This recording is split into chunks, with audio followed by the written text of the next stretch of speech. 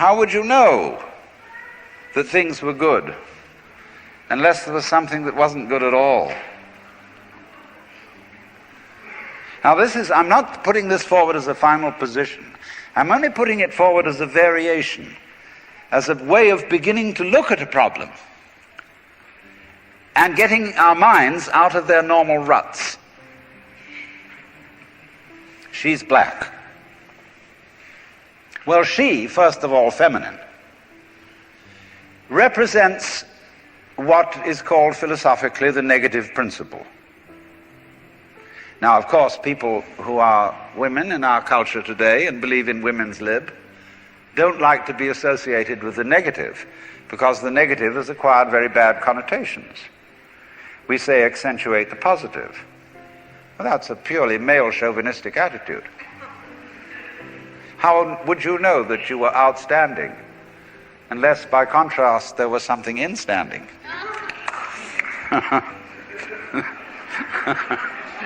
You cannot appreciate the convex without the concave.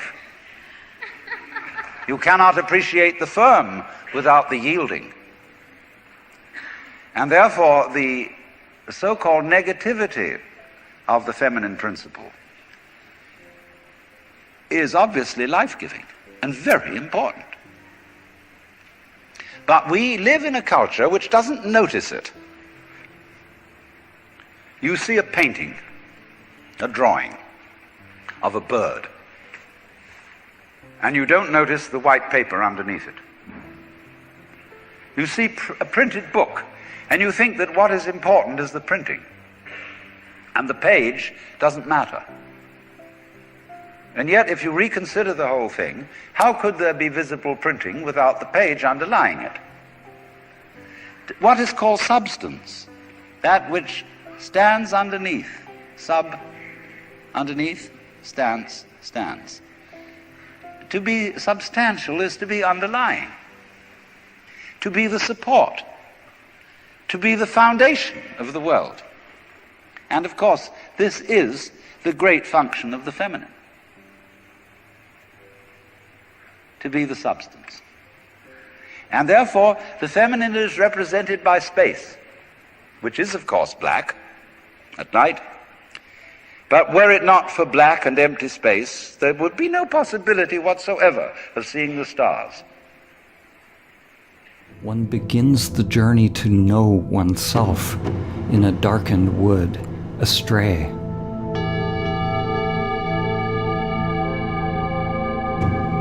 Recognizing that we are lost.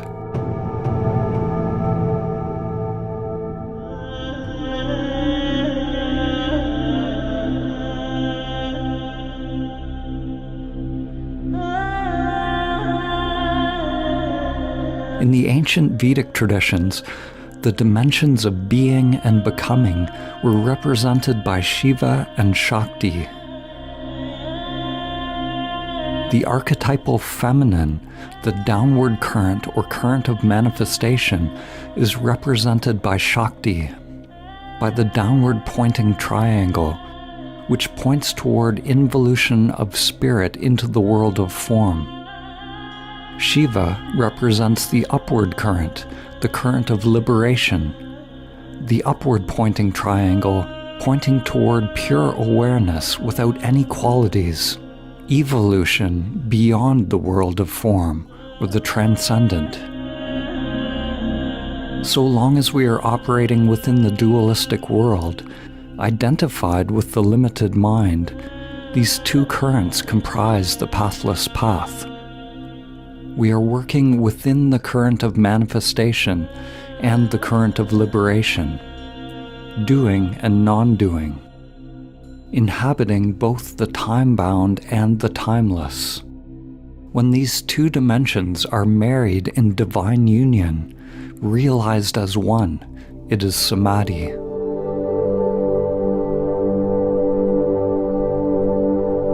When in union, they represent the balance and coexistence of these two dimensions, like the Star of David or the Anahata symbol, which is the ancient symbol representing the spiritual heart, the unstruck sound, the transcendent source of the primordial Om that is dancing the universe into being. It is said that in Samadhi you will hear the celestial music of existence, Musica Universalis, or the flute of Krishna, or what Pythagoras called the music of the spheres. Of course, these are all metaphors for something that awakens within the depths of your being, something beyond the limited mind and senses. What is born of this union is a new divine consciousness. Something is born out of the marriage or union of these polarities, or the collapse of dualistic identification.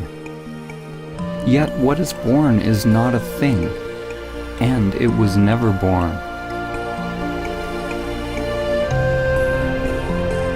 Consciousness flowers, creating something new, creating what you could call a perennial trinity. God the Father, the transcendent, unknowable and changeless, is united with the divine feminine, which is everything that changes. This union brings about an alchemical transformation, a kind of death and rebirth. In the Vedic teachings, the divine union is represented by two fundamental forces, Shiva and Shakti. The names and faces of the various gods change throughout history, but their fundamental attributes remain. What is born out of this union is a new divine consciousness, a new way of being in the world. Two polarities inseparably one, a universal energy that is without center, free of limitation. It is pure love. There is nothing to be gained or lost, because it is utterly empty, but absolutely full.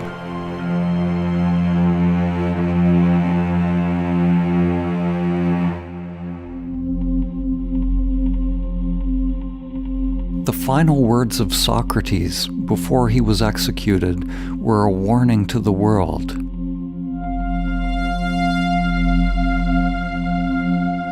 He said, "We owe a great debt to Asclepius. Pay it and don't forget." Asclepius was the god of healing, and you may be familiar with the Asclepius staff, which is a rod entwined with a serpent. It represents healing energy, inner energy that is alive, free from conditioning, free to move of its own intelligence, as opposed to the energy of the dualistic mind. In the early centuries BCE, the Asclepius symbol was emblazoned on some of the first money coins mass-produced in ancient Greece and Rome, and it has morphed into what we call the dollar sign today. It is an ancient reminder hidden in plain view, a reminder that an exchange of money is an exchange of energy. Christ consciousness or Buddha nature is supported by the feminine principle, by Great Mother, by the Nagas, the serpent wisdom. This wisdom teaches us to purify the inner temple, to purify ourselves of ego. The feminine principle has had countless names throughout history. Gaia, Shakti, Sophia, Logos, Mahalakshmi, Parvati, Durga, Isis, Mary, the spiral of life. This living energy of the higher mind is the innate intelligence of the universe. This nature wisdom has been systematically suppressed, demonized, exploited, and controlled throughout the last millennia. In order to free energy from the unconscious definitions that we hold, we must unbind the knots that create identification with the ego structure. Letting go of grasping at comfort, letting go of knowing. right now, at this time in history, at this time within yourself. The debt that Socrates is speaking of is coming due, both individually and collectively. There is only one currency with which you can pay this debt. You must pay with yourself.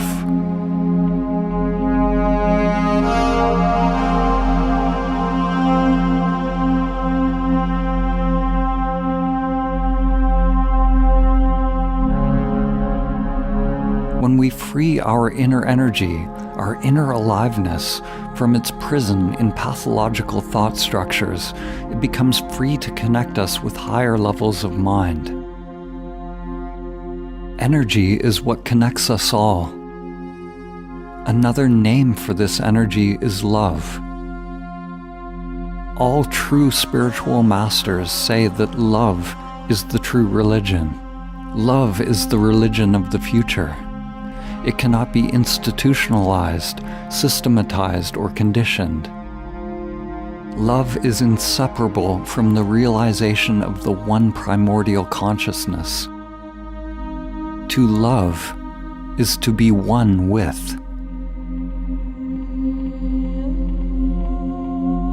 There's this old story in King Arthur where the knights go off to look for the Holy Grail, which is either the cup that Christ drank out of at the Last Supper, or the cup into which the blood that gushed from his side was poured when he was crucified. The stories vary, but it's basically a holy object, like the phoenix in some sense, that's a representation of transformation.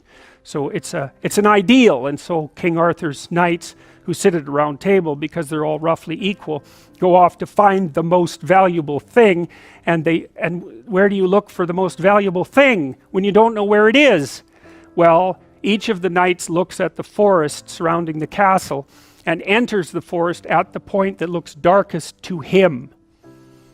And that's a good thing to understand, because the gateway to wisdom and the gateway to the development of personality, which is exactly the same thing, is precisely through the portal that you do not want to climb through.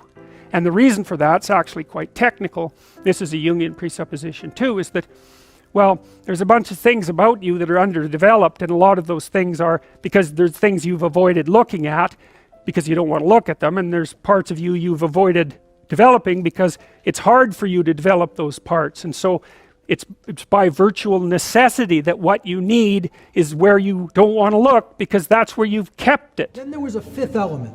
So you have earth, air, water, and fire, and then you had the quintessence, meaning the fifth essence. The fifth element was spirit, represented by a solar wheel with 8 spokes, a circle and then an eight-spoke cross in the middle of it. This represented the divine spark, or the divine essence within all of us. You know, the essence of the source, or the creator, the underlying intelligence in nature, which is ultimately present in everything within nature, including us. Alchemists speak of something called prima materia, or starting matter. Starting substance is what prima materia was. Again, the starting substance is the human being that needs to be purified, that needs the impurities removed from them so that they can come to a more clear and accurate and de-occulted understanding of the laws of nature. The starting substance, or prima materia, is used at the inception of the alchemical work, the beginning. Silver is considered to be one of the starting substances. There are others, but silver is one of the main sources of prima materia in alchemy. The alchemical symbol for silver is associated with the moon because silver represented in alchemy the feminine aspects of the human psyche, including the attributes of intuition, inner wisdom, compassion, open-mindedness, and contemplation. And that's what you need to begin. You need that sense of open-mindedness, of desire, of willing to learn, willing to open yourself up and receive. The truth is always out there, but we have to be open to receive it. That's a feminine quality. Absolutely essential and central to the tradition of Kabbalah, which means reception. The second phase of alchemical transformation is albedo, which means whitening. Albedo represents the process of spiritual purification. the burning out of impurities from the salt or hardened ego. The salt in this step is reduced into quicksilver or mercury, which represents fluidity and the process of rapid mental, emotional, and spiritual change, and the strengthening of the sacred feminine essence, leading to the engagement of the imagination, the only substance, the only essence from which the elixir of life or the awakened or enlightened mind can then be made. This step is the awakening process, the awakening step. It's when we recognize the world isn't what we thought it was, and we start developing a desire for more than the base things in life. We start developing a desire to know the truth, the desire to reach higher realms of consciousness, the desire to better ourselves and be better than we were the day before. When we're going to start working upon ourselves by taking in the truth and letting go of beliefs and letting go of impurities in our thought processes and bringing our consciousness into alignment with truth and with morality. That's this step of the process. Whitening, purification. The third and final phase of the alchemical, quote, great work is rubedo. Rubedo means reddening, the transmutation into gold or sulfur, alchemical substances, gold or sulfur. And they represented purified and enlightened consciousness. The elemental fire of the philosopher's stone, again, that's why it was symbolized by a red elixir. Often the philosopher's stone was depicted as a red stone itself. And that represented the unification of man, which was the limited being, with the divine will, often represented by a red color as well, the unlimited. That's alchemy in a nutshell. Very simple explanation of the allegorical tradition. Let's briefly look at the Hermetic tradition. Heed these words, ye who wish to probe the depths of nature. If you do not find within yourself that which you seek, neither will you find it outside of yourself. If you ignore the wonders of your own house, how do you expect to find other wonders? In you is hidden the treasure of treasures. Know thyself, and you will know the universe and the gods.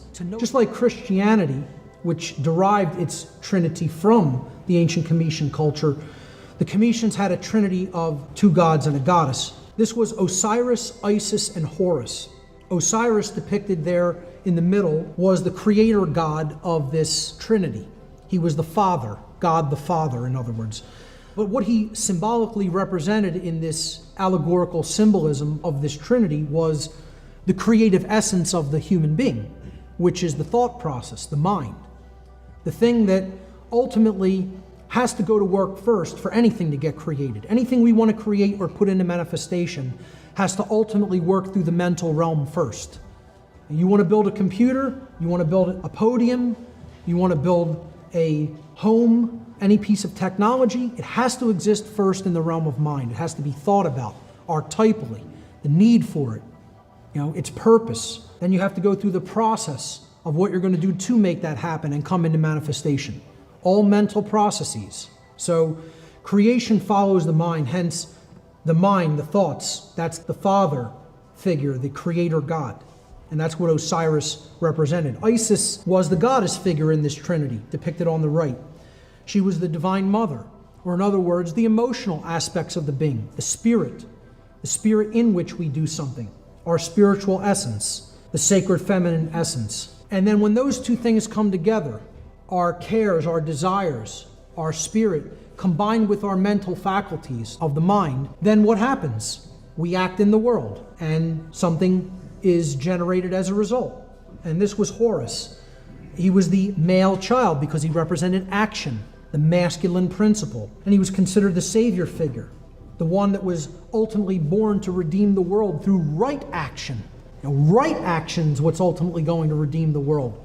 And you can only take right action if you have right knowledge about the difference between right and wrong behavior.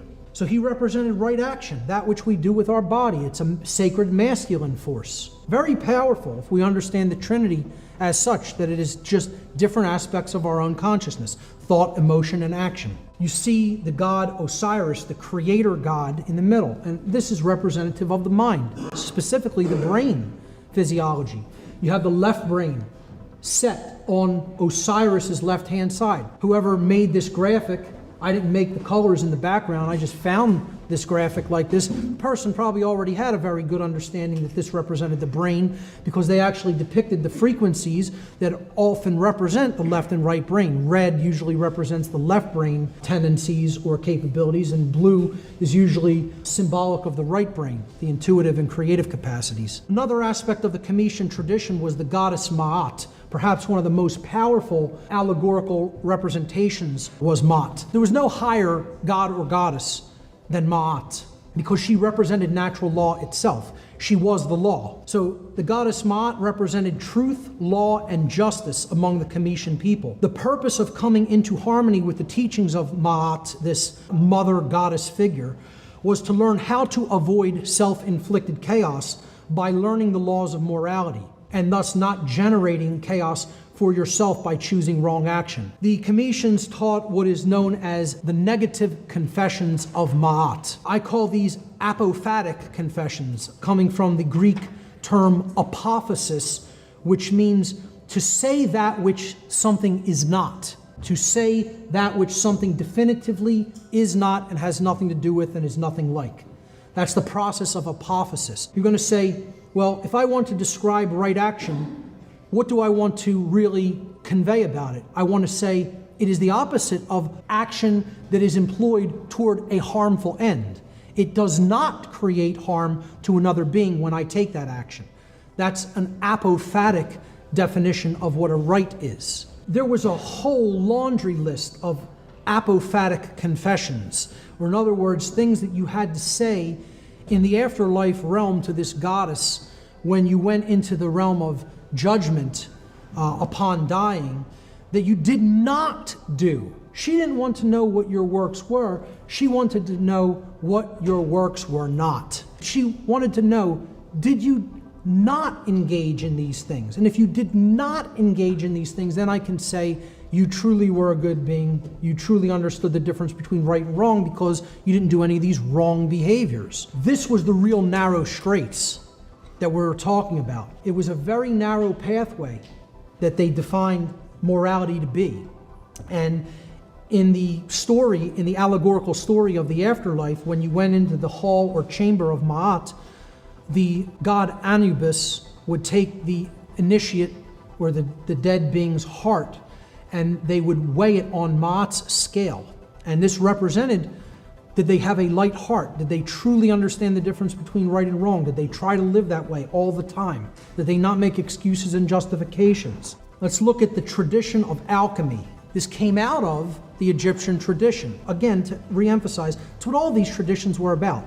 Teaching morality to their adherents. Teaching the difference between right and wrong, and teaching how natural law operates, so we could transform from a being that is in ignorance of that knowledge to a being that is actually enlightened to that knowledge, and then could practically put that knowledge into work in real life. Alchemy literally means from chem. Al is a prefix that means from or related to or out of. And then chem, of course, meant black in ancient Egyptian and was often the name used for Egypt. So it was from darkness, out of darkness. Alchemy is an occult tradition taught through allegories. An allegory, again, is a cryptic story, poem, or picture that can be interpreted or decoded in order to reveal a hidden meaning, typically a moral lesson. What lesson were they trying to communicate to people by building statues? And you'd have to know the background of the story of these gods to really be able to decode, what the allegory is. Showing that statue to somebody who's never heard of Horus, Osiris, or Isis wouldn't really do much. But if you understand the verbal traditions and the written stories about those gods, then you understand what they represented, and the allegory can be decoded. That's how occultism works. It works through relational and correlative thinking. But if, for a change, we would allow our feelings and look upon their comings and goings as something as beautiful and as natural and necessary as changes in the weather, the going of night and day, and of the four seasons, we would be at peace with ourselves. Because what is problematic for Western man is not so much his struggles with other people and their needs and their problems as his struggle with his own feelings, with what he will allow himself to feel and what he won't allow himself to feel. He's ashamed to feel really profoundly sad, so much so that he could cry. It is not manly to cry. He is ashamed to loathe somebody, because you are not supposed to hate people. He's ashamed to be so overcome with the beauty of something, whether it be a natural landscape or a member of the opposite sex, that he goes out of his mind with this beauty. Because all that kind of thing is not being in control, old boy, not kind of having your hand on the wheel. Let's go beyond the ego, what we are and know consciously, and delve into the shadow. Robert refers to Jung's early usage of the term, the part of us we fail to see or know, anything that is part of the unconscious. There are many misconceptions regarding the concept of shadow. It is commonly seen as evil, dark, and something to be avoided. However, this is not the case. The shadow is not a detached thing that is not part of oneself, or the embodiment of the devil. It is a part of you. It cannot and should not be avoided, for you will be going against yourself. We all have a shadow walking behind us, both literally and metaphorically. It is the mirror image of ourselves that we cannot see. It represents those aspects that we lack. It has a compensatory role that seeks to restore a wholeness of personality. For instance, the shadow of a criminal would not have murderous impulses, but the opposite: sincerity, relatedness, tenderness, etc. The shadow of a shy person would be assertiveness, commitment, responsibility, etc. By displaying only the pleasant parts and highlights of oneself, and by denying one's emotions and inner feelings, because one wants to, for example, be likable or avoid conflict, one will build resentment that will go directly to the shadow and be projected onto others unconsciously. We must recognize that we are capable of both good and evil. That is the only reality. To deny darkness is to deny half of oneself. With this in mind, most of us strive for a life of goodness, tranquility, and happiness. The shadow is not to be seen as our enemy, but our friend. It contains pure gold, waiting to be integrated into our personality. The shadow only becomes hostile when it is ignored or misunderstood. That is when it takes control of us, because we are not willing to. You can either be led and guided in life by your shadow, or be dragged through life by it, leading to neurotic behavior. It is not good that makes holy, it is the union of both good and evil that gives way to the transcendent. So, how does the shadow originate? Our refused and unacceptable characteristics do not go away. They only collect in the dark corners of our personality. When they have been hidden long enough, they take a life of their own, the shadow life. If it accumulates more energy than our ego, it erupts as an overpowering rage. Someone once told Jung, "How do you find your shadow?" He replied, "How do you find the dragon that has swallowed you?" By definition, the shadow is a part of you that you don't know. You don't talk about your own shadow. If you can talk about it, it is already conscious and no longer shadow. As such, other people are more likely to see your shadow first, an embarrassing reality. We are all born whole, but somehow culture demands that we live out only part of our nature and refuse other parts of ourselves. We divide the self into an ego and a shadow because our culture insists that we behave in a particular manner. This is our legacy from having eaten of the fruit of the tree of knowledge in the Garden of Eden, gaining consciousness of good and evil. The shadow can also be seen as sin, and the self as the figure of Christ. Culture is the great leveling process. It brings everyone down to the same level. This means that also some of the pure gold of our personality goes into the shadow.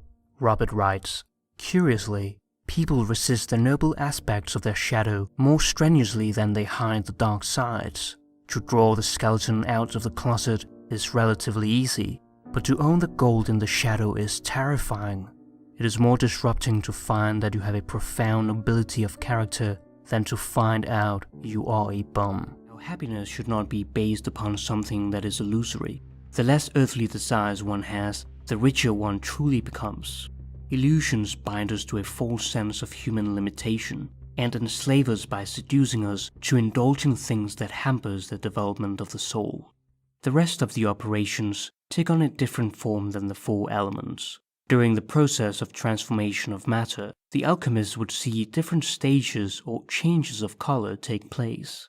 The negretto, blackening, albedo, whitening, citrinitas, yellowing, and rubetto, reddening. After the 15th century, however, the colors were reduced to 3, and yellow fell in disuse or was seldom mentioned, as it merged with the final stage. The negretto is a spiritual death. It is only by having the courage to let go of one's old ideas and limitations that are blocking one's development that one may open the door to new insight, transforming into a new self. As Nietzsche wrote, the snake which cannot cast its skin has to die, as well as the minds which are prevented from changing their opinions. They cease to be mind. The guide for this insight is not just the experience gathered in life, but also listening to the unconscious, which is our ultimate guide in life. The subject must be open and aware of his or her unconscious, and approach it in an honest manner. The negretto represents the 5th alchemical operation, mortificatio. We can observe this process in nature, such as the decomposition of bodies, the falling of leaves, the rotting down of fruits, etc., where nutrients are recycled back to the earth. The idea of something turning black is matter beginning to die and rot, putrefactio. The negretto is seen as the most negative of the operations, and often referred to as a black blacker than black, a place without light. It is the dark night of the soul. The process is a purging of the horrible darkness of our mind. This stage is represented by the raven, and includes death, suffering, grief, depression, loneliness, weariness of life, and suicide. It is seen in those who experience a crisis of meaning in life, who feel as they are swallowed up by the ground, and the only way out is to begin their inner work. The state of horror, however, is so unbearable that we reach for anything to shut it down, and so we numb ourselves with pleasure. When we begin to feel uncomfortable and aware that something is not right, but we do not know what it is, we are in a state of massa confusa, of inner chaos. It is the voice of the unlived life. If we pay attention to this, we begin to see things we don't like to see in ourselves, but which can be very valuable. In this state, one should ask oneself, what is the next right thing that I can actually do, apart from nothing? The negretto is a moment of maximum despair. That is a prerequisite to change and transformation. It is a process of separating the wheat from the chaff. When you come to that loneliness with yourself, when you are eternally alone, you are forced in upon yourself and are bound to become aware of your background. The gateway to peace is narrow, and none may enter save through affliction of the soul. For Jung, the negretto is the confrontation with one's shadow and unconscious material. He writes, "Self-knowledge is an adventure that carries us unexpectedly far and deep. Even a moderately comprehensive knowledge of the shadow can cause a great deal of confusion and mental darkness, since it gives rise to personality problems which one had never remotely imagined before. For this reason alone, we can understand why the alchemists call their negretto melancholia, a black blacker than black. At the height of despair and darkness, however, is where certainly an illumination comes from above. There's no light without shadow, and no psychic wholeness without imperfection. To round itself out, life calls not for perfection, but for completeness. And for this the thorn in the flesh is needed, the suffering of defects without which there's no progress and no ascent. It is the archetype of the wounded healer, to be at home in the darkness of suffering, and there to find germs of light and recovery. This is a healing process. Jung calls this process an enchodromia. The the union of the opposites. The greater the tension, the greater is the potential. Great energy springs from a correspondingly great tension of opposites. Before the second stage, the albedo, there is a transitionary phase called the cauda pavonis, the peacock's tail, in which many colors appear.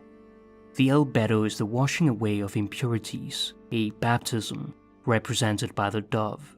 This leads to the sixth step, the separatio, the awareness of the opposites, of negredo and albedo. At this point, the first main goal of the process is reached. The albedo is highly prized by many alchemists as if it were the ultimate goal. It is the female or moon condition, which allows one to create silver. However, some subjected the white matter into another death, turning black once more. If successful, it would lead to the final stage, the rubedo. The color red is associated with the sun, gold, and the philosopher's stone, putting an end to the great work. Seek the coldness of the moon, and ye shall find the heat of the sun. This is the awakening, where the phoenix rises and is reborn from the fire. We stop fearing the darkness once we know the phoenix in us will rise from the ashes. Only that which can destroy itself is truly alive. The red and white are king and queen, the sun and the moon, who at this stage may celebrate the hieros gamos, holy marriage, leading to the final stage, the conjunctio. This step was particularly important for Jung and represents the reunification of the prima materia, creating the philosopher's stone. It is the wholeness of the hermaphroditic Mercurius, the contrasexual soul images, anima and animus, the union of opposites that restore one to the self. Jung writes, Mercurius stands at the beginning and end of the work. He is the prima materia, the caput corvi, raven's head, the negredo. As dragon he devours himself, and as dragon he dies, to rise again as the lapis. He is the play of color in the cauda pavonis, and the division into four elements. He is the hermaphrodite that was in the beginning, that splits into the classical brother-sister duality, and is reunited in the conjunctio, to appear again at the end, in the radiant form of the lumen novum, new light, the stone. He is metallic yet liquid, matter yet spirit, cold yet fiery, poison yet healing draught, a symbol uniting all opposites. Alchemy is a process of spiritual death and rebirth. Death is the end, or the transition to a new experience. It is the hero's journey which we all partake in, the call to adventure that leads to a confrontation with our dragon, our worst fear, event, person, or memory long avoided. A difficult quest that may require many attempts to complete. The reward is accessing the treasure chest of our inner gold, that is, the psychological death of our old self and the birth of a new and more capable self, with an elixir to share the experience with others. The end of the alchemical work was conceived as self-knowledge. Alchemy seeks to heal the suffering of the human mind, of the human soul. A true alchemist seizes the black matter of all existence and makes it something luminous. For this spiritual knowledge to be valuable, it must be put into practice. To summarize, we have calcinatio, fire, solutio, water, coagulatio, earth, sublimatio, air, and then mortificatio and separatio, negredo and albedo, and finally conjunctio, rubedo. It should be reiterated that this is one of many different interpretations of the alchemical process, and should not be taken as the definite one.